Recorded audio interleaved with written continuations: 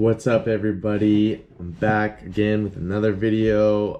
Commercial dive school week 13 done and in the books. If you're not familiar with who I am or what I'm doing, I'm Hunter Oakley, and I'm here making weekly videos on how my commercial dive school is going up in Seattle, Washington, called the Divers Institute Technology.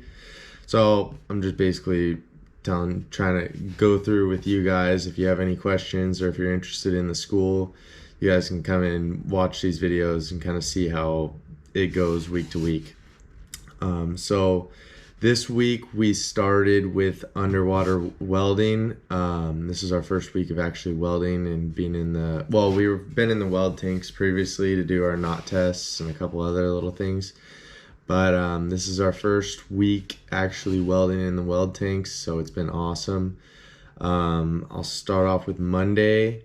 Monday we didn't actually dive. We just got kind of taken a tour through the weld shop because obviously there's a lot of hazards and dangers included into oxy torch cutting and stick welding, whether we're using the drill press, bandsaw, all sorts of things like that. So we kind of just got familiarized with how the shop kind of rolls and where everything is and how things are done there. So we got walked through, and then about halfway through the day, a little bit before that, we started cutting with the oxy torch. So if you guys aren't familiar with what it is, you could probably check it out on Google or whatever, but it's the oxyacetylene torch.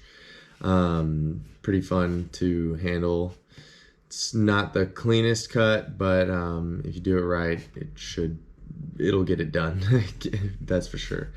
So we did that, and then the way it worked out, I was practicing stick welding at the end of the day, topside. So this is all just topside stuff that you'll do in the field, even whether you're welding underwater or not. It's kind of the same thing actually underwater, surprisingly. But so because a lot of the guys, you don't have to have any welding background to go to the Divers Institute, to any of these schools. In fact, it's a plus, but it's not the end of the world. So a lot of the guys were able to learn and pick up on how it is done topside, obviously, before hopping in the water. And it was nice for me. I haven't welded stick in like 6 years or something, since like sophomore year in high school. So it was a nice little refresher for me. And then pretty much, wrapped it up that day. Didn't do much more. And then same thing the next day, but we actually got to weld in the tanks. So that was pretty interesting, our first day. So how it kind of works out, everyone has their like designated jobs for the day, and whether you're going to be tending, running rack, charts, standby tender, all that stuff. So, but in between that, you'll have a few runners floating around in case the tenders need anything like metal or rods or whatever. So this was our first day doing it, so it was a little hectic, but not too bad.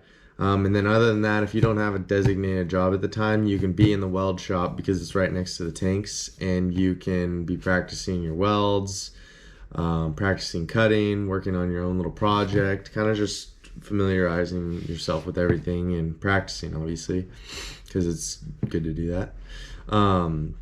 So I did a little bit of topside cutting that morning because I didn't have anything to do until later in the afternoon when my dive was. So I just kind of messed around, practiced cutting different shapes and whatnot.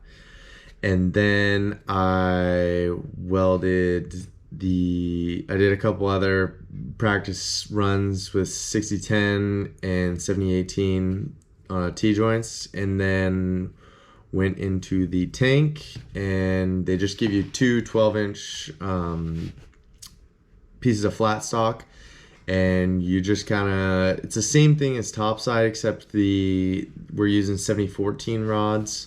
That all has to do with there's 3 different meanings to it. One's the tensile strength, one is oh my gosh, I should know this, the amount of oh my gosh.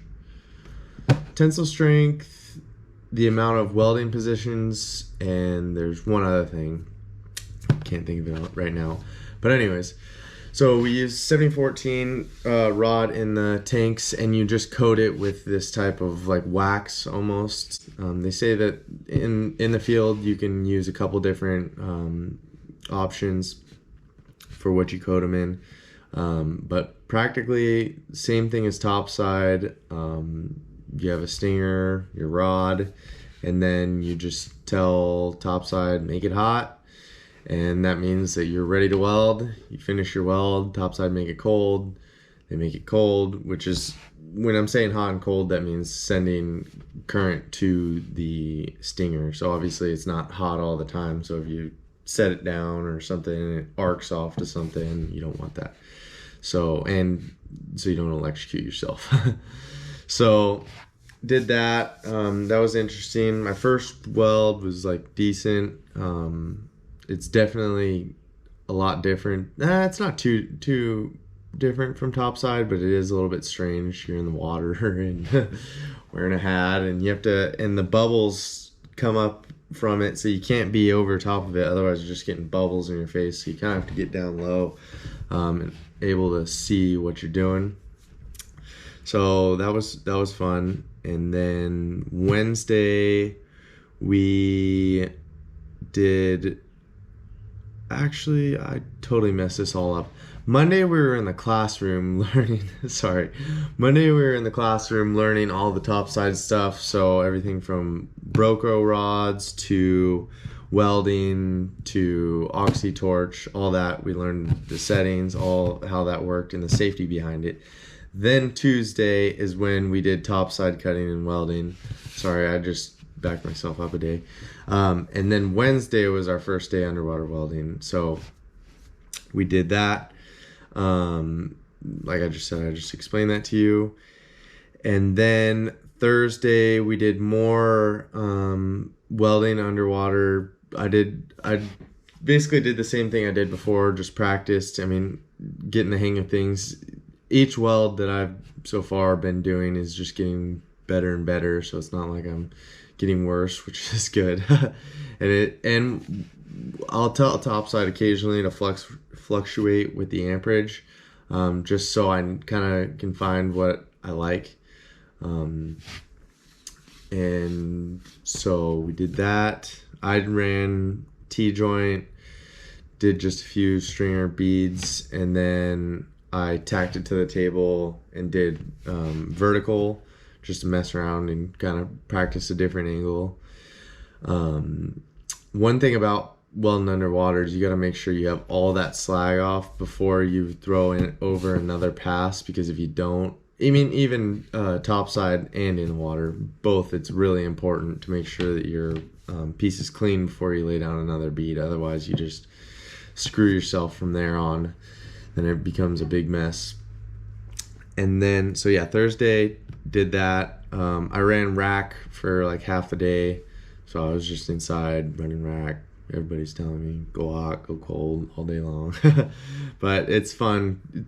Running rack to me is a lot more interesting than being a tender, because tenders, especially in the weld tanks, you just chuck them in there or get them ready, suit it up, chuck them in there, and then you just sit there and wait for them and give them rods if they need them, and that's about it. But running rack's fun because you have a lot going on and you got to make sure everyone's safe. So I did that. And then we have a project to do. We get you have to cut off a piece of 6-inch flat stock into a 6-inch square, and then grind that out, clean it all up, so get it as perfectly square as you can. Then with the oxy torch, we cut a 4-inch square in the middle of that and grind that all out, clean it all up.